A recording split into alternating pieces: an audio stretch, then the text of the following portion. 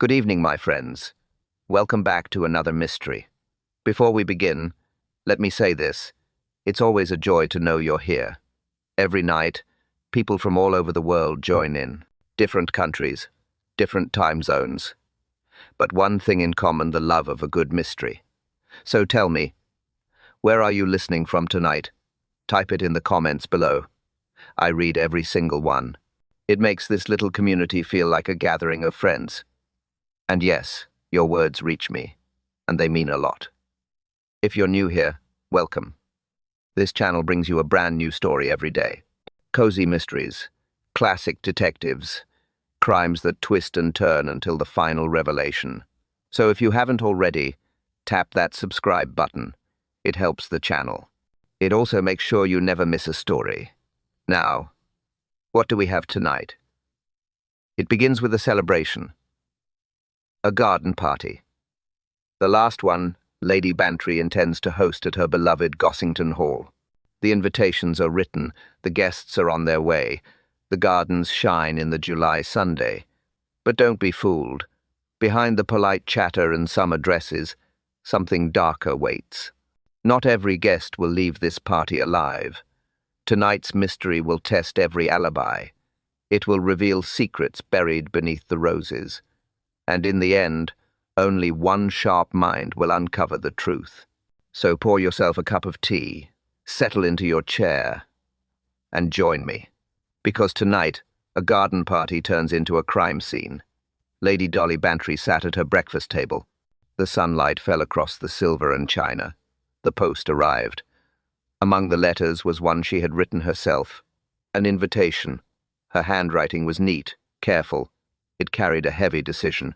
The words read, "The last garden party at Gossington Hall." Dolly smiled sadly. The house was too large now. 17 rooms. Gardens that stretched further than her strength could manage. Arthur was gone. The arthritis was worse. And the upkeep was draining her. 2 paths lay ahead. The National Trust wanted the property. They promised preservation. They promised history would be safe. But a developer, Mr. Lionel Stratton, had other plans. He wanted progress, modern houses, contemporary design, and money. This garden party would decide it.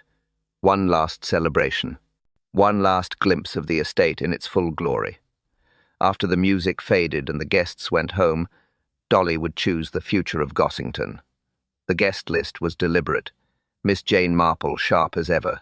Dr. Haydock, the gruff but kind physician, the Reverend Clement and his lively wife, villagers, old friends, and those with interest in the estate. Lionel Stratton himself, of course. The persuasive voice of modern change. Mirabelle Shaw, the fashionable designer, eager to redesign the gardens.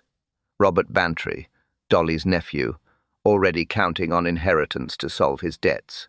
Each guest had a reason to care about the fate of Gossington Hall. Preparations began. The silver was polished, the linens pressed. Cook planned cucumber sandwiches, seed cake, summer fruits. The quartet tuned their strings. And in the gardens, Mr. Sims, the old gardener, shaped every hedge with soldier's precision. The urns on the terrace gleamed white against the sky. They stood heavy, ancient, brought from Italy decades ago. Dolly admired them. But Miss Marple, when she visited early, leaned closer. Her eyes narrowed. She touched the marble gently, and felt something odd. Lady Bantry raised her glass. "Let it be a party to remember," she said. Her butler inclined his head. The sun shone bright. The invitations were answered. The guests would come, but in truth, only most of them would leave. Because before the day was over, one guest would never walk out of Gossington alive. The invitations went out. Cream cards with elegant handwriting. Simple words, but heavy with meaning. Lady Bantry requests the pleasure of your company for the last garden party at Gossington Hall. Dolly Bantry sealed each envelope with care. It wasn't just a party. It was a test, and every guest mattered. Miss Jane Marple received hers with quiet satisfaction. She always enjoyed Dolly's gatherings. The gossip, the food, the small human details, each one a puzzle to store away. Her sharp eyes missed nothing. The Reverend Clement and his wife Griselda opened theirs at breakfast. He frowned at the formality. She clapped her hands at the idea of a party. "Just what the village needs," she said. "A bit of life." Dr. Haydock grunted when his arrived. He was not fond of parties, but for Dolly Bantry he would come. Besides, his medical curiosity never slept. Nora Pike from the village read hers with pride. An invitation to Gossington was not something she would refuse. Then came the more complicated names. Lionel Stratton, charming, persuasive. He represented modernity, the voice of progress. He accepted instantly. This was his chance to push Dolly toward his plan. Mirabelle Shaw, garden designer, talented, ambitious. She saw Gossington as a canvas for her ideas. She too accepted quickly. She had her own reasons for being there. And Robert Bantry, Arthur's nephew, Dolly's heir, or so he hoped. He smiled as he read his aunt's note. Money was running short. Inheritance was his only escape. One by one, the cards returned with acceptance. The guest list was complete. Inside Gossington Hall, preparations gathered pace. Mrs. Knight, the housekeeper, oversaw the linens and silver. Cook muttered over menus. Mr. Sims, the gardener, walked the grounds with military steps. Every hedge trimmed, every rose polished with pride. On the terrace, the urns stood silent. Heavy marble, too heavy to move, too heavy to shift, unless someone meant them to. Dolly read over her list again. Friends, family, strangers who wanted her estate. Each with a prize, reason, each with a stake. The date was set, the hour fixed, and beneath the summer sun, Gossington Hall prepared to open its doors, but not to welcome alone, to witness. Because hidden in those invitations was a promise of death. The afternoon of the party came. The gates of Gossington opened wide. Carriages, cars, and footsteps carried the guests up the drive. On the terrace, Lady Bantry stood waiting. She smiled bravely, though her heart was heavy. This was her last celebration at Gossington Hall. The Reverend Clement and his wife Griselda arrived first. He offered solemn greetings. She fluttered with excitement, admiring the flower borders. Their chatter masked the weight of the day. Dr. Haydock followed, brisk as ever. He shook Dolly's hand, muttered something about the weather, and drifted toward the roses. A man who preferred plants and patience to parties. Nora Pike came next, slightly breathless. She beamed at being included. For her, this was a mark of standing in the village, a moment she would not forget. Then came the outsiders. Lionel Stratton stepped out of his motor car, tall, confident. He greeted Lady Bantry with polished charm, every word smooth, every glance calculated. He had the air of a man certain of victory. Behind him, Mirabelle Shaw walked the terrace with a critical eye. She glanced at the gardens, not as a guest, but as a designer measuring a project. Ambition flickered in her smile. Her camera swung at her side, ready to capture possibilities. Finally, Robert Bantry arrived. His handshake lingered too long. His eyes darted. The lines of worry were etched deep, though he tried to cover them with laughter. Debts pressed heavy on him. He looked at his aunt with a mixture of hope and desperation. Miss Marple slipped in quietly. No fanfare, no fuss. She settled near the terrace with her knitting, but her eyes missed nothing. Every gesture, every glance, every shadow of tension, the quartet began to play. Glasses were filled. Polite laughter floated in the summer air. From the outside, it looked like any garden party. Pleasant, orderly, respectful. But Miss Marple leaned back in her chair.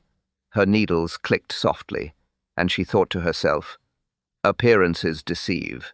Here, in this garden, motives bloomed like weeds. Because behind every polite smile, a secret stirred. Behind every toast, a hidden stake. And before the sun set, one of these smiling guests would be dead. Cliffhanger. Every smile hid a motive. Miss Marple arrived earlier than most. She liked to see a house before the bustle began. The quiet told her more than the chatter ever could. The terrace was dressed for the occasion. Tables laid with linen, glasses shining, urns standing tall above the balustrade, proud and heavy. Lady Bantry handed her an early glass of lemonade. "Arthur had those urns brought from Italy," she said. "Nothing but the best for Gossington's Terrace." Miss Marple smiled, but her eyes narrowed. The urns were handsome indeed, carved stone, classical garlands. They looked solid, immovable, and yet something caught her eye. At the base of the western urn, the marble seemed cleaner in one streak, not weathered like the rest, almost as if someone had rubbed it. She leaned closer. A faint smear glistened against the stone. Not dirt, not polish. Something softer. She touched it with the corner of her handkerchief. A waxy residue. Beeswax, perhaps. But why would beeswax be on a marble base? Miss Marple looked around. The gardeners worked at a distance. Guests hadn't yet filled the terrace. No one was watching her. She placed her hand lightly against the urn, applied the faintest pressure, and felt it. Movement. Imperceptible, but real. The stone shifted against the balustrade. Not enough to topple, but enough to suggest weakness. Her mind ticked quietly. Urns that size did not move on their own. Urns that size were meant to stay rooted, sealed in place for decades.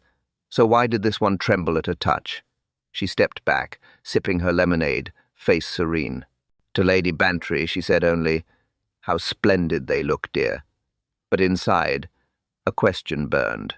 If wax was here, someone had put it here. And if the urn could move under her hand, what would happen under greater force? The quartet began to tune their instruments. Guests were arriving. The party was about to begin.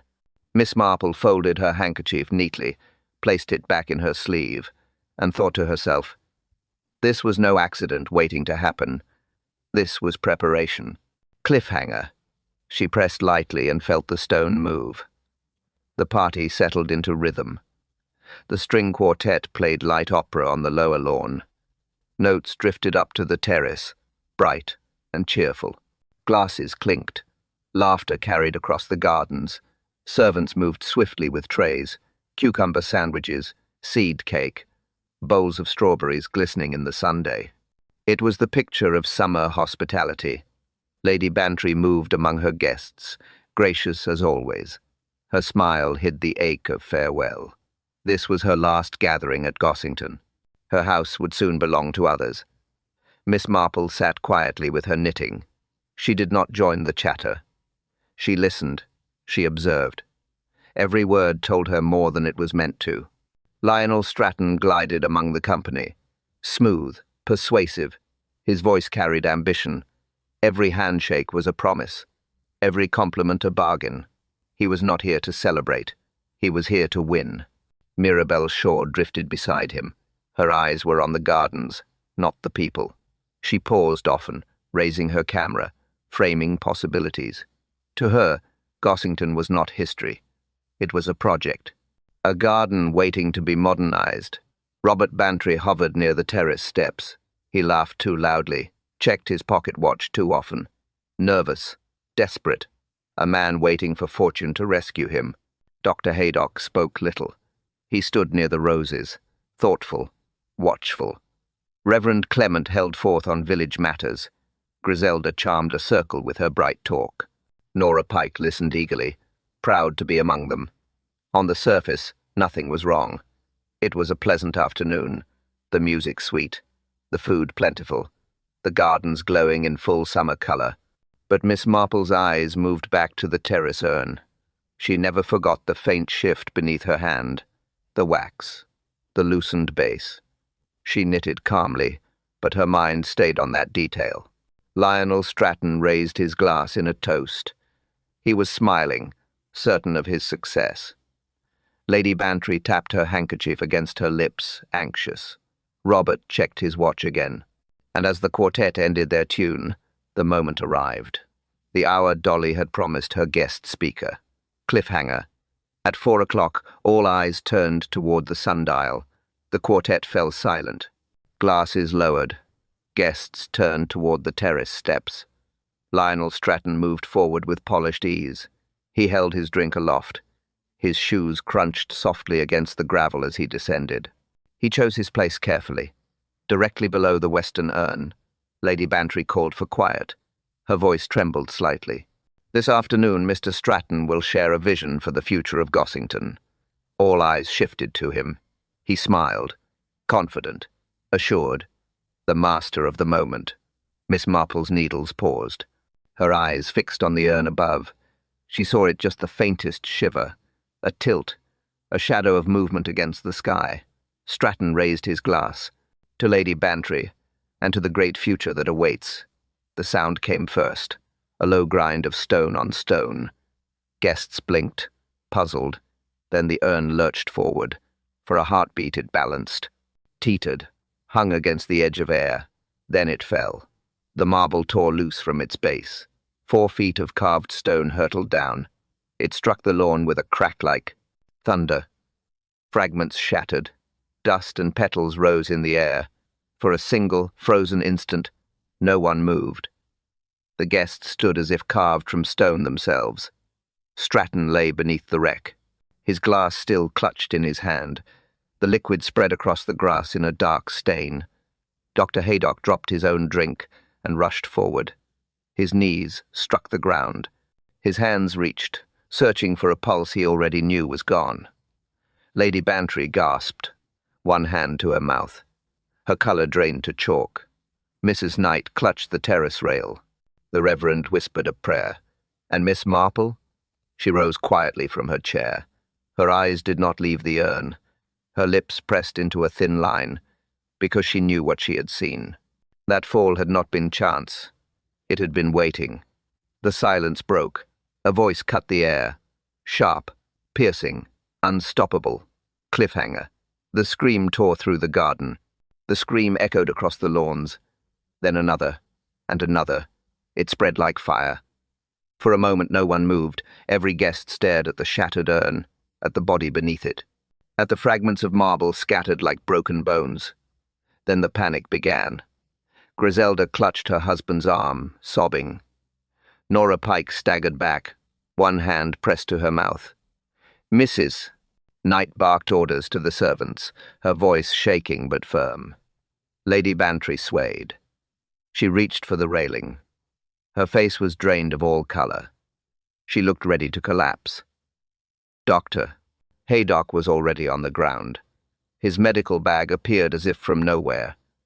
He pulled aside the heaviest fragment, bent over the crumpled form, hands steady, eyes grim.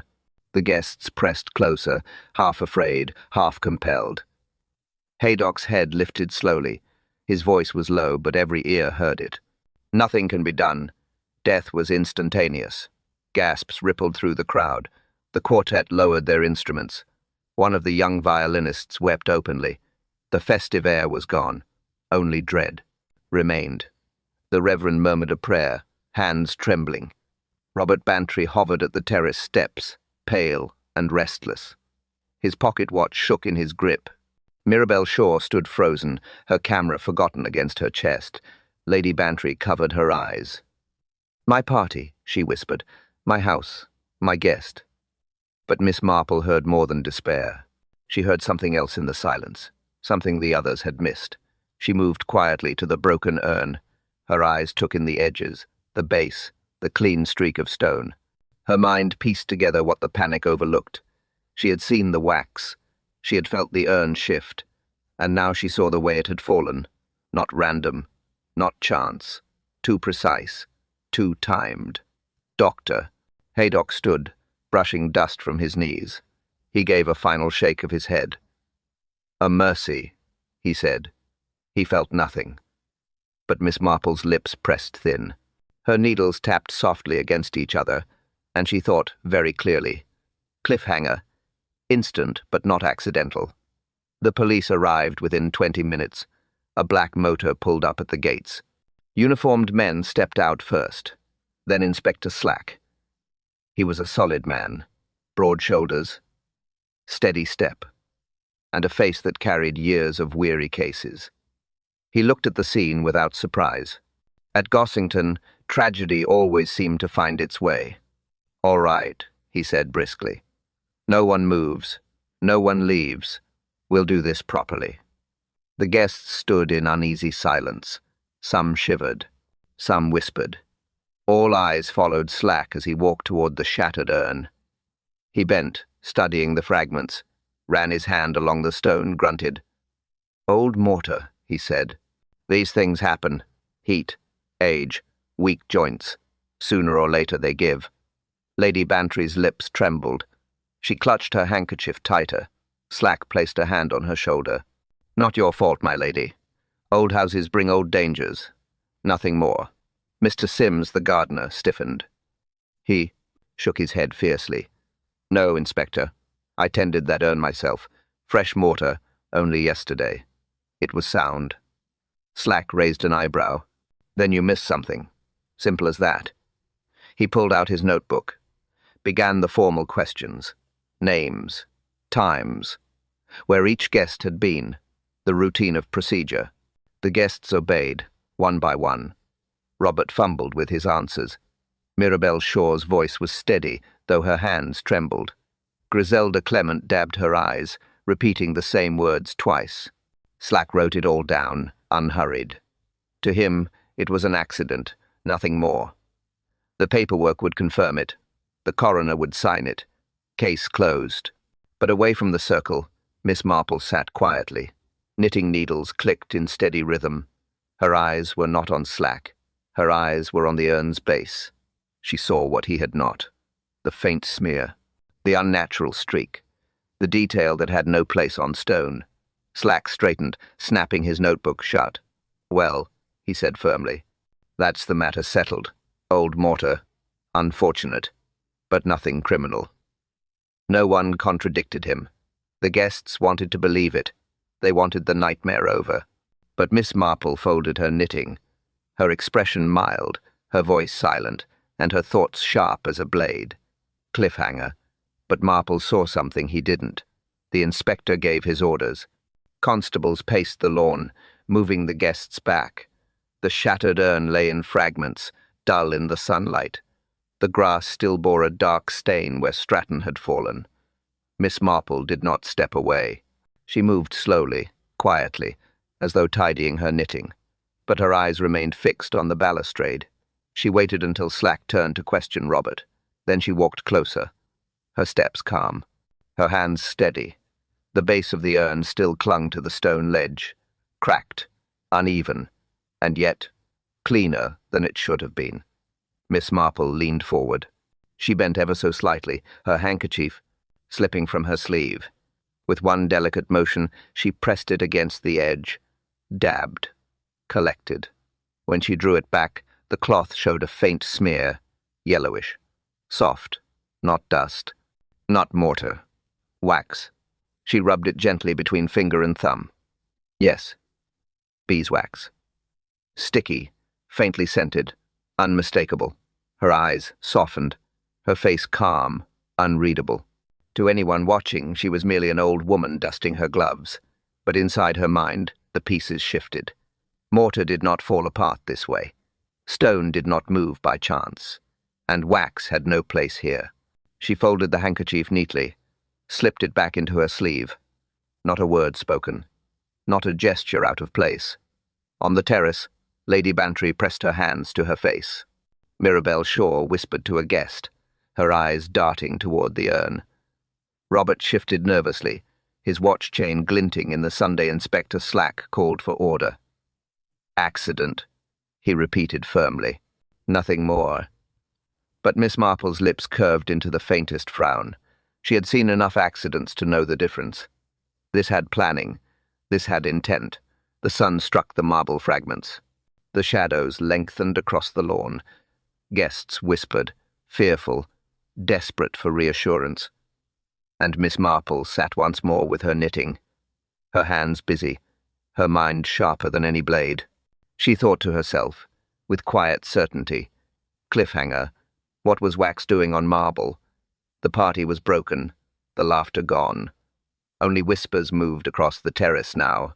Mirabelle Shaw sat stiffly, her glass untouched. Her hands trembled, though she tried to hide it. She spoke too quickly, too brightly. Such a dreadful accident. Dreadful. But it must have been the heat, surely. Her voice cracked at the last word. Robert Bantry paced near the terrace steps.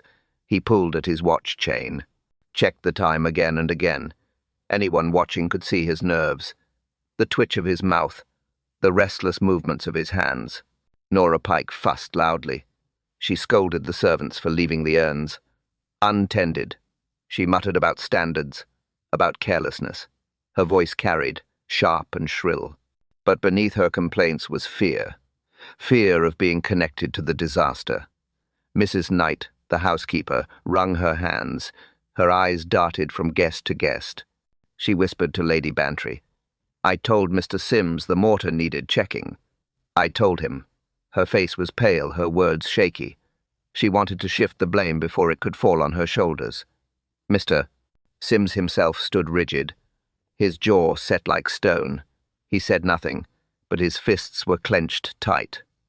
A proud man, unwilling to hear his work dismissed as failure. Dr. Haydock kept his distance, his expression grim, unreadable. He had already spoken the words no one wished to hear. Stratton was dead. Instant death. Beyond his skill. Beyond anyone's. The Reverend murmured prayers under his breath. Griselda dabbed at her eyes with a lace handkerchief. Their grief sounded real, but even grief carried suspicion in such a moment. Through it all, Miss Marple sat quietly. Her knitting needles clicked with steady rhythm. Her eyes, calm but sharp, noted every twitch, every glance, every careless word. The air was heavy with nerves. Not grief alone, but fear, because every guest wondered what others thought. Every guest imagined suspicion falling on them. And yet, in their panic, they missed the truth. The wrong words were whispered. The wrong fears confessed. Miss Marple knew it already. The danger was not who the crowd suspected. It was someone else. Someone silent. Someone careful. Cliffhanger. Everyone feared the wrong suspicion. The crowd lingered on the terrace. Whispers rose and fell like restless birds. Inspector Slack busied himself with notes, dismissing concerns with a shrug. Miss Marple slipped away. No one stopped her. Few even noticed. She moved slowly, but her steps were certain. Toward the Luncheon garden, toward the shattered urn. Fragments lay scattered across the grass, some small, some large. Sharp edges glinted in the sunday. A broken garland of stone lay twisted like a fallen wreath. She bent carefully. Her handkerchief brushed a fragment. Cool, heavy. No sign of mortar weakness. No crumbling dust. Not what Slack had claimed. Her eyes traveled further, to the balustrade, the stone ledge where the urn had once stood. The smear of wax still faintly visible. A secret mark, overlooked by all. Then something else caught her attention. The ivy. It climbed the terrace wall, green and fresh. But on the leaves nearest the urn, the green was gone. Edges curled, brittle, brown. She leaned closer. The leaves were singed. Not torn, not trampled, but burned. Her hand hovered just above them. No warmth now, but the evidence was clear. Heat had passed here. Too focused, too sharp. The kind of heat that left its mark and moved on. Miss Marple straightened slowly, her face calm, as if she were only admiring the roses. But her mind worked swiftly. Stone, wax, heat. Each detail pointing not to chance, but to design. On the terrace above, guests still murmured. Robert laughed too loudly. Mirabelle Shaw asked needless questions. Nora Pike fussed with her gloves. None of them looked down to the garden. None of them saw the clue at her feet. Miss Marple folded her hands neatly. Her knitting needles rested against her arm. She turned her gaze back to the urn's shattered base, and her eyes softened with certainty. This had been prepared, deliberately, precisely, because those leaves told a story no accident could write. Cliffhanger. Heat had touched them, but no fire was near. Miss Marple left the terrace quietly. The murmur of voices faded behind her. She walked the garden paths with patient steps. Not hurried. Not obvious. She knew where she wanted to go. The potting shed. A humble place. often ignored. But for Miss Marple, such corners of a garden spoke louder than drawing rooms. She pushed the door gently. It creaked on its hinges. Inside, the air smelled of earth and tools. Terracotta pots lined the shelves, bags of seed, rusting shears. And yet, something was wrong. Her eyes fell to the workbench. A faint ring of dust marked the wood. A circle where something had once rested. Something heavy, now missing. She touched the ring lightly with her fingertip. Yes, recently disturbed. Not the work of long neglect. She looked to the corner. Glass panes leaned against the wall, spare clutches used to cover seedlings. But one was gone. Only fragments of straw packing remained where it should have been. She followed the shelves further. Here lay trowels, there a watering can, but on a hook above the bench, a gap stood out, empty. Something had hung there until very recently. And then, tucked in the corner, half hidden under a sack of soil, she saw it. A magnifying glass. Large, solid, the sort a gardener might use to study pests or seedlings. She lifted it carefully. The rim was clean, too clean, as if someone had polished it, prepared it, set it aside for a purpose far from gardening. Miss Marple's eyes softened. She set it back where she had found it. Her face calm, untroubled, but in her mind, the pieces slid into place. Stone loosened, wax to hold. A beam of light focused through glass. Sunlight itself made into a weapon. Not clumsy chance, not failing mortar, but calculation, design. She closed the shed door gently. The click of the latch seemed to echo in her thoughts. Her knitting lay waiting on the terrace, her role quiet, unseen. But her knowledge grew with each step. She knew now how it could be done, and why the timing had been perfect. Cliffhanger. A sunbeam could melt wax at exactly the right time. Robert Bantry lingered near the terrace rail. His laughter was thin, forced. The chain of his pocket watch spun endlessly between his fingers. Nerves betrayed him more than words ever could. Inspector Slack called him over. "Where were you when the urn fell?" Robert stammered. "Here, by the steps. I saw it same as the others." His answers were restless. But Slack, convinced of an accident, wrote them down without pressing. The inspector moved on. Robert stayed behind, pale and uneasy. Miss Marple watched quietly. Later, as the guests spread out in uneasy clusters, she drifted near him. Her voice was gentle. "Such a dreadful thing, Robert. It makes one think of how easily objects can shift in the Sunday." He started. "Sun? Yes, I suppose." He hesitated, then leaned closer, his tone low. "You know, Aunt Jane, it's strange. Miss Shaw asked me about just that, only a day ago." Miss Marple raised her brows. "Indeed?" Robert nodded quickly. "She came to see the grounds, said she needed to understand the garden for her designs. But she wasn't asking about flowers. She asked about light, angles, how the sun moved across the terrace." His voice dropped further. "She saw me with the gardener's magnifier. A curiosity, nothing more. I'd been using it to scorch a bit of paper. A boy's trick." He flushed, embarrassed. "But she asked me to show her, insisted. Wanted to see how quickly the sun could burn a mark." Miss Marple's eyes softened. Her knitting lay idle in her lap. "And what did you find, Robert?" He swallowed. "It took only seconds, just seconds. She seemed pleased, said it was remarkably efficient. I thought she meant for seedlings. Now," his voice faltered, "now I wonder." Miss Marple patted his hand, calm as ever. "Thank you, dear. That is most useful." Robert looked away, ashamed of his foolishness. But Miss Marple's thoughts sharpened like steel. Accident? No. Coincidence? No. This was deliberate curiosity. Measured. Controlled. Cliffhanger. She knew too much about sunlight. The guests drifted back toward the tables. The food sat untouched. Glasses sweated in the Sunday no one wanted to eat. But no one wanted to leave either. Nora Pike fussed with the settings. She gathered napkins, adjusted forks, muttered about disorder. Anything to keep her hands busy. Anything to avoid looking at the broken urn. Miss Marple watched her. Her eyes followed the quick movements. Her needles rested in her lap. The clatter of Nora's fussing was louder than any violin. At last, Nora sighed. "It wasn't even laid out properly," she whispered. Lady Bantry turned. "What do you mean?" Nora lowered her voice. "The place cards. They were moved." Every head turned. Inspector Slack looked up sharply. "Moved? Explain yourself." Nora smoothed her skirt nervously. "I saw them this morning. I always notice such things. Stratton's name was meant for the far side under the elm. But when we sat down, it had been switched. His card was placed here, by the terrace steps, directly beneath the urn." Gasps rippled across the group.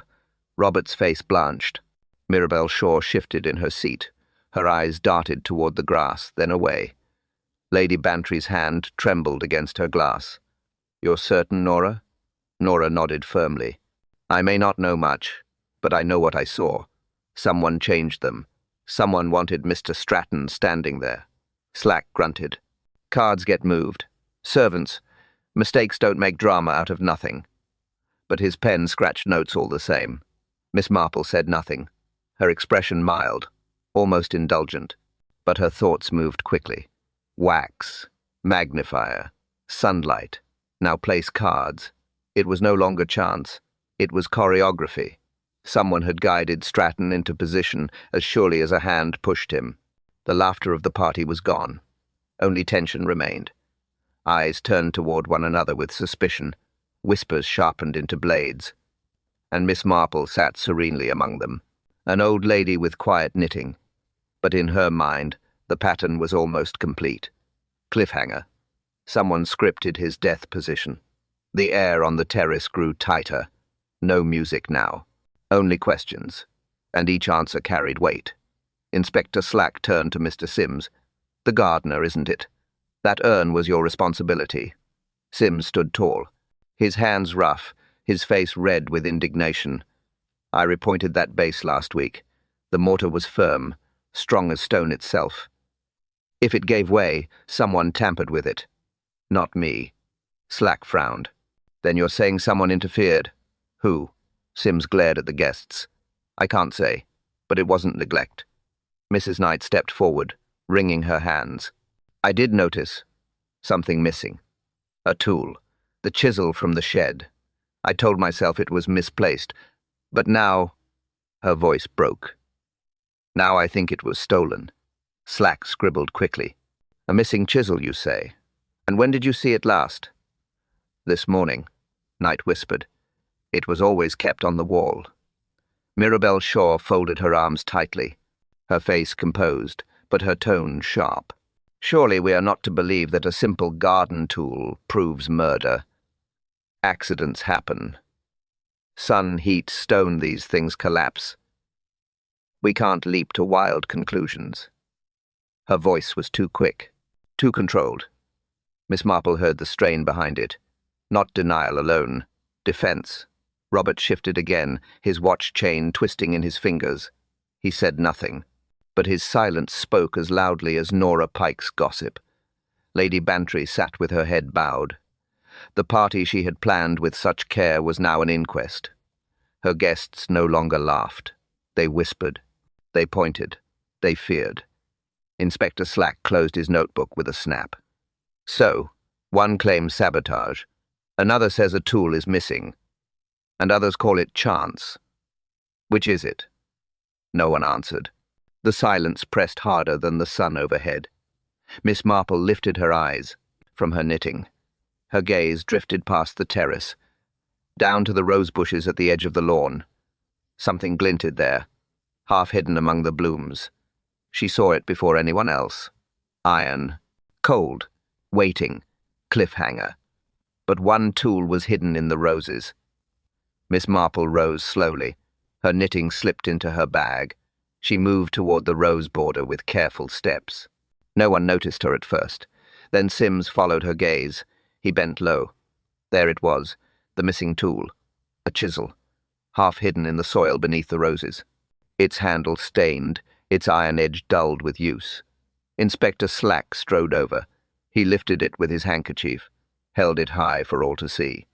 Well now, so much for accidents. The guests gasped. Robert turned pale. Mirabelle Shaw looked away.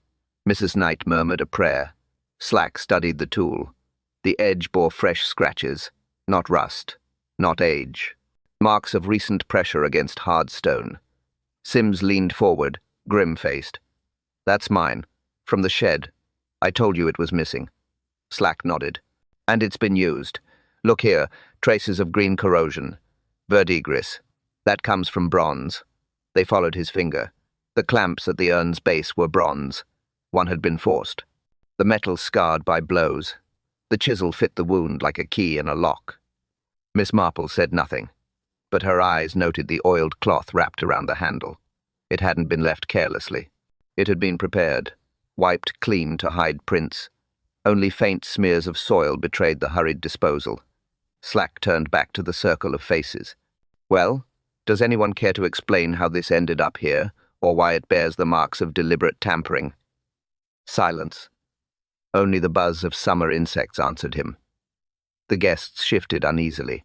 One coughed, another turned away. Miss Marple folded her hands neatly. The picture was clearer now. Wax. Magnifier. Place cards. And now the chisel. Each piece part of a larger pattern. She looked at Inspector Slack. He still wore the expression of a man who preferred simple answers, but even he could not ignore the evidence in his hand. The urn had not fallen on its own. It had been made to fall. Cliffhanger. Not accident, sabotage. The terrace was silent now. The chisel lay on the table, wrapped in cloth. Inspector Slack paced, scowling. The guests avoided his eyes. Each face wore the same expression, to fear of being next in question. Miss Marple sat very still, her hands folded, her knitting forgotten. She waited until Slack's questions faded into mutters. Then she spoke. "Inspector," she said gently, "if I may, this was no accident.